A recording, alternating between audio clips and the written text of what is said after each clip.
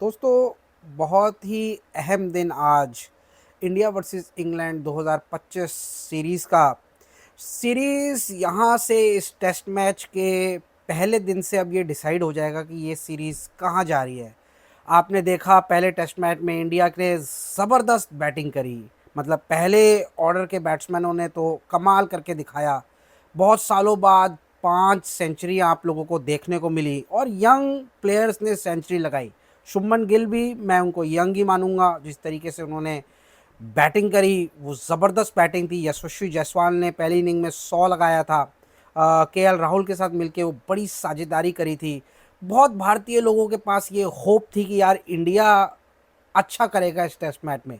लेकिन पाँचवें दिन रिजल्ट कुछ और निकला दोस्तों। 375 रन इंग्लैंड चेस कर गया। हालांकि 2019 की सीरीज़ में भी दोस्तों ऐसी चीज़ हुई थी जब कोविड के लिए एक मैच जो है वो इंडिया छोड़ के इंडिया वापस आ गई थी या दुबई चली गई थी आईपीएल खेलने के लिए। वहाँ पे भी इंडिया ने 350 रन का टारगेट दिया था इंग्लैंड को। जब पांचवा टेस्ट मैच इंडिया खेलने गई थी वापसी, तभी भी जॉनी बेस्टो ने कमाल की सेंचुरी 6 नंबर पे आके की थी और इंग्लैंड ने वो सीरीज़ 2-ऑल इंडिया के साथ करी। नहीं तो इंडिया वो सीरीज़ 2019 के अंदर इंग्लैंड के अंदर जीता हुआ आप लोगों को दिखाई देता। 2025 की भी शुरुआत कुछ ऐसी ही हुई। आप लोगों ने देखा कि भाई बढ़िया टीम इंडिया खेल रही है। बुमराह दोस्तों एक तरफ नज़र आए, बाकी बॉलर्स जो थे ना इंडिया के, जिसमें सिराज हो गए, जडेजा हो गए आपके, और आपके जो तीसरे फास्ट बॉलर खेले वहाँ पे प्रसिद्ध कृष्णा, बहुत ही ऑर्डिनरी लगे क्योंकि पिच सपाट थी। प्रेस कॉन्फ्रेंस हुई अब दूसरे टेस्ट मैच की, जिसके अंदर शुभमन गिल ने कुछ भी आप लोगों को नहीं बताया। शुभमन गिल पे अटैक भी हुआ। इंग्लिश मीडिया ने घेर रखा था शुभमन गिल को और शुभमन गिल ने उनके जो आंसर थे ना, मेरे हिसाब से वो डक करे गए हैं क्योंकि बुमराह पे काफ़ी सवाल बने कि बुमराह सेकंड टेस्ट मैच में खेलेंगे या नहीं खेलेंगे। ये अहम सवाल इस वक्त पूरा हिंदुस्तान ढूंढ रहा है, जो हिंदुस्तानी फैंस को, क्रिकेट के फैंस को बताया नहीं जा रहा और एक मिस्ट्री रखी हुई है कि बुमराह ये टेस्ट मैच खेलेंगे या नहीं खेलेंगे। मुझे लगता है दोस्तों कि प्लेइंग 11 तो बन चुकी होगी। क्या चेंज होने हैं, क्या चेंजेस नहीं होने हैं, हर टीवी बड़ा चैनल उठा के देख लो, वो अपने ही अनुमान लगा रहा है कि ये प्लेइंग 11 खेलनी चाहिए। वॉशिंगटन सुंदर को कोई खिलाना चाह रहा है, कोई रेड्डी को खिलाना चाह रहा है। अब टीम मैनेजमेंट की सोच क्या होगी वो इस प्रेस कॉन्फ्रेंस में निकल के सामने नहीं आई, क्योंकि जिस तरीके से शुभमन गिल ने ये बताया कि दूसरा स्पिनर अगर हमारे पास होता, फिफ्थ डे हम कुछ और कर सकते थे। इफ्स एंड बट्स दोस्तों क्रिकेट में चलते नहीं है कि हमारे पास ये होता या वो होता, हम ये कॉम्बिनेशन ढूंढ रहे थे। आपने पहले टेस्ट मैच में वो कॉम्बिनेशन नहीं बनाया। लेकिन दोस्तों इसके ऊपर भी बहुत बातें हुई। पहला टेस्ट मैच हारने के कई कारण थे, मैंने भी वीडियो बना के आप लोगों को हार का कारण बताया है। यशस्वी जायसवाल ने जिस तरीके से कैचेस छोड़े, लेकिन 76 पे जब आपकी 13 विकेटें गिरती है ना पहले इनिंग और दूसरे इनिंग की मिला के, तो वो टीम जो होती है ना वो डावाडोल ही होती है। अब दूसरे टेस्ट मैच के अंदर जो आज से शुरू होना है, यही शुभमन गिल अपना जो बता रहे हैं आपको कि कॉम्बिनेशन बनाने के लिए, अब यही हो सकता है दोस्तों कि या फिर वॉशिंगटन सुंदर अंदर खेलते हैं, शार्दुल ठाकुर जो है वो बाहर जाते हैं, क्योंकि इंडिया जो है ना वो ऑलराउंडर ही तलाश रहा है। उन्होंने साफ साफ बोल दिया है कि हम एक बॉलिंग ऑलराउंडर हमें चाहिए, जो बॉलिंग करके दे हमें और नीचे क्रम में 25-30 रन बना के दे। वो भरपूर आपको अश्विन की याद दिलाता हूँ मैं, जहाँ पे अश्विन कारगर साबित होते थे 30-40 रन बनाना, और वो लोअर ऑर्डर के साथ पार्टनरशिप एक खींच खींच के इंडिया को टेस्ट मैच जिताना।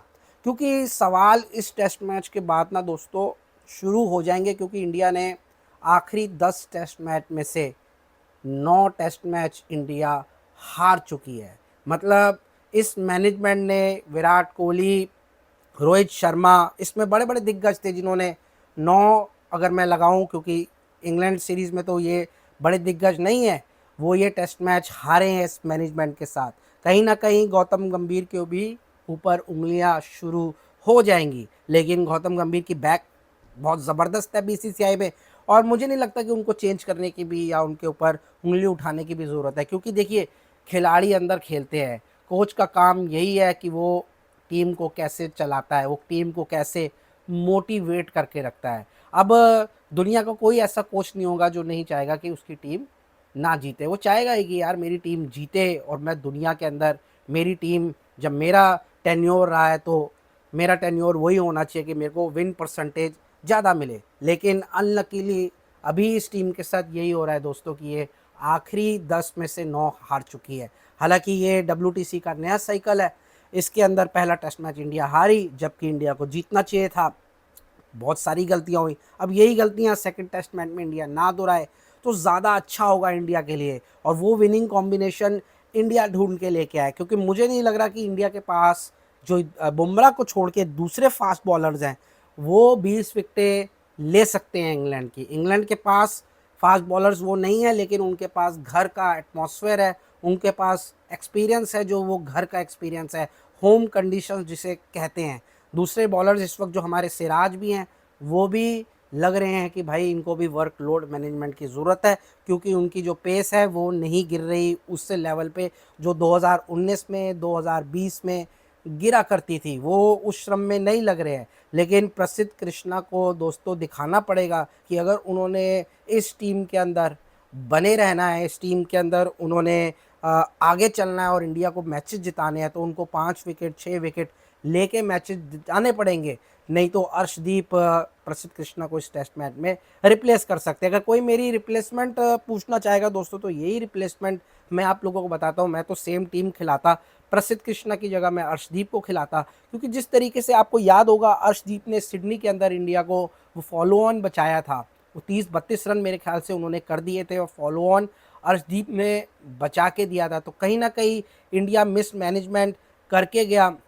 काफ़ी अरसे के बाद शार्दुल ठाकुर खेले, जबकि उनकी जगह नहीं बनती थी खेलने के लिए, उनकी जगह रेड्डी की जगह बनती थी। रेड्डी का शायद IPL का फॉर्म देखा गया, इसलिए उनको मौका नहीं मिला गया, या क्या पीछे से पॉलिटिक्स चली वो तो टीम मैनेजमेंट ही बता सकती है, या कोई सूत्र ही टीम के अंदर से बता सकता है कि भाई ये प्रॉब्लम चली। क्योंकि शार्दुल ठाकुर कहीं ना कहीं मुझे लगता है कि बहुत सालों बाद इंडियन टीम के अंदर टेस्ट मैचेस के अंदर जुड़ रहे थे, वो चीज़ वो महसूस नहीं कर रहे थे। अंडर बॉल भी किए गए, पिटे भी, हालांकि सारे बॉलर पिटे। जिस तरीके से बेसबॉल खेला 5 की रन रेट के हिसाब से, बेन डकेट हो, ओली पोप हो, खुद जो रूट हो, इनके कप्तान हो, उन्होंने अमेजिंग क्रिकेट खेली 4th इनिंग के अंदर और इंडिया को बैकफुट पे ला के खड़ा किया।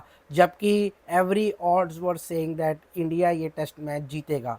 तो वही दोस्तों दूसरे टेस्ट मैच में वो गलतियां नहीं होनी चाहिए, राइट कॉम्बिनेशन बिठा के चलना पड़ेगा इंडिया को। और मेरी कोई माने तो शायद मैं इस टेस्ट मैच के अंदर, दूसरे टेस्ट मैच में बर्मिंघम में जो होने वाला है, मैं इंडिया को सिर्फ 5% चांस दूं जीतने के। 95% चांस जो मेरा है ना दोस्तों, वो इंग्लैंड को ही वोट करेगा। क्योंकि क्योंकि बहुत सालों बाद दोस्तों ऐसा लगा है कि अब इंडिया की टेस्ट क्रिकेट के अंदर डाउनफॉल जो है ना वो शुरू होती हुई नज़र आएगी। क्योंकि ये जितने भी खिलाड़ी हैं इन्होंने 4 डे क्रिकेट 5 डे क्रिकेट उस सिरे से नहीं खेला है, सारे ODI के प्लेयर्स हैं, T20 के प्लेयर्स हैं, और आपको उसके अंदर ढालना भी पड़ता है। आप ऑस्ट्रेलियन क्रिकेटर्स की इसमें देखें तो उनसे सलाह लीजिए या उनसे बात करिए। पैट कमिंस हो गए, जिस तरीके से वो तीनों फॉर्मेट खेलते हैं, उन्हें वर्कलोड मैनेजमेंट की कोई ज़रूरत नहीं पड़ती। इस वक्त ऑस्ट्रेलिया की टीम वेस्ट इंडीज़ में मौजूद है और उनकी सारी 1 नंबर टीम खेल रही है। वहाँ पे स्टार्क हैं, वहाँ पे कमिंस हैं, हेज़लवुड हैं, उन्हें वर्कलोड मैनेजमेंट की ज़रूरत नहीं पड़ रही है। मुझे ये समझ नहीं आता कि ये इंडिया के ऐसे क्या बॉलर हैं जो इनको वर्कलोड मैनेजमेंट की ज़रूरत पड़ जाती है। हालांकि बड़े बड़े दिग्गज वहाँ बैठे हैं, वो सही बताते होंगे। मेरी मेरी जो अपनी राय यही है कि इंडिया अगर राइट कॉम्बिनेशन खिलाएगा तो शायद इस टेस्ट मैच में वापस आ जाएगा। क्योंकि कमर जो है ना इंग्लैंड ने इंडिया की तोड़ दी है। तो मैंने जिस तरीके से आपको बताया कि मैं तो सिर्फ इंडिया को 5% देता हूँ बर्मिंघम टेस्ट मैच जीतने के लिए। और शायद मेरे पास अभी आंकड़े नहीं है इस वक्त कि कितनी बार इंडिया बर्मिंघम में जीता है या इंडिया जीता ही नहीं है वहाँ पे। क्योंकि सवाल जो है ना इस वक्त सारी मीडिया दूसरा टेस्ट मैच हारने के बाद इंडिया से पूछेगा। क्योंकि देखिए 2011 के अंदर भी जब इस टीम ये जो टीम ने टूर किया था इंग्लैंड का, तभी भी इंडिया काफ़ी बुरी तरीके से 2011 में भी हारी थी धोनी की कप्तानी के अंदर। नया नया इंडिया 2011 का ओडीआई वर्ल्ड कप जीतते हुए आ रहा था, टीम का मोराल बहुत बहुत हाई था। लेकिन उसके बाद जिस तरीके से इंग्लैंड वापस आया और इंडिया को मेरे हिसाब से 4-0 इंडिया को हराया था वो टेस्ट मैच, 4-0 सीरीज़ हराई थी इंडिया को, तो वो बहुत बड़ी लॉस थी।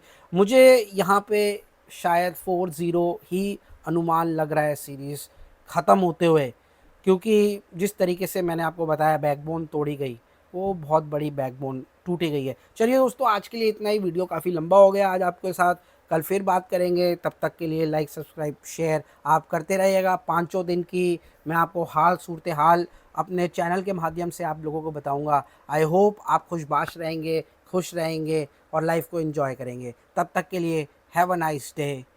LBW।